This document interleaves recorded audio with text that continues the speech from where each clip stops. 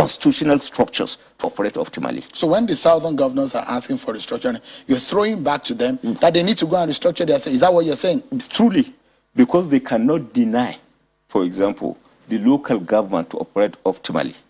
They cannot deny the autonomy of the legislature, state legislature, and state judiciary, and still be clamoring for restructuring. What structuring are we talking about? But those who have, for example, let's take one item at a time. Yes. The issue of devolution of power. Yes. Do you think that the federal government carries too much? The concurrent and the exclusive legislative list, do you think that it should be tampered with? All powers are indeed embedded in financial autonomy.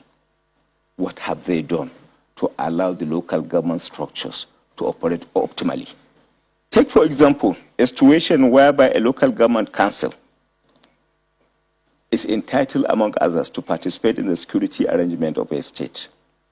And then the local government council chairman is denied of the fund to run the local government. With the fund, he can now deploy the resources down to the village head, down to some other associations operating with it. But now you deny him the resources available to make them available to a village head. Even if a village head has intelligence report about a criminal existing within the society, he is denied of the limited resources that he could use to come over to the local government council chairman to notify him, for the local government council chairman to come over to the state DSS headquarters, for example, or the police to notify. Then what are you talking about? So you will not advise the president to listen to those calls for restructuring? They should address it at their own level first, and then let us see what happens before now coming over to the president. It's not about the president. It's about denial of the functionality of the structures at the bottom, at the lower level. And that is what, indeed, restructuring is all about. If you allow the state legislature to operate optimally, the checks and balances required will be there. If you allow the local government council to operate optimally, the necessary development in terms of devolution of powers are there. But once you deny them the resources to operate, the autonomy to operate, then certainly you cannot, you do not have a legitimate right to clamor, to perhaps agitate for any restructuring. So, because you are not a believer in allowing the process to operate optimally in terms of taking its natural course.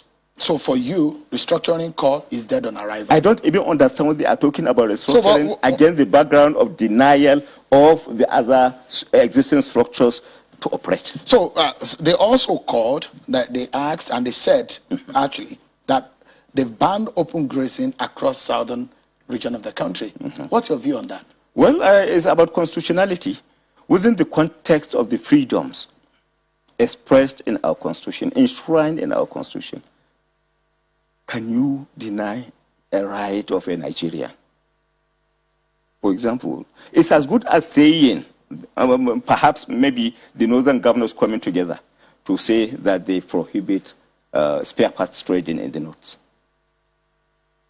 Does it hold water?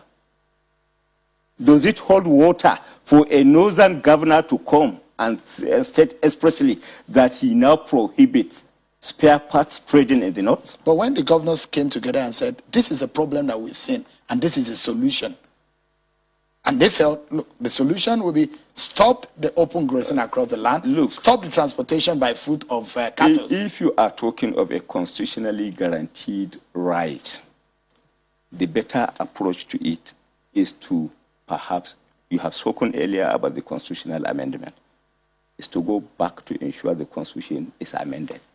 The constitution, freedom and liberty of movement, among others, is established by the constitution.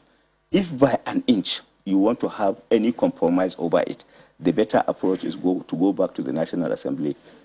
Open grazing should be prohibited, and see whether you can have the desired, perhaps, support for the constitutional amendment in that respect. But it is indeed a dangerous position for any governor in Nigeria to think that he can bring about any compromise on the freedom and liberty of individuals to move around.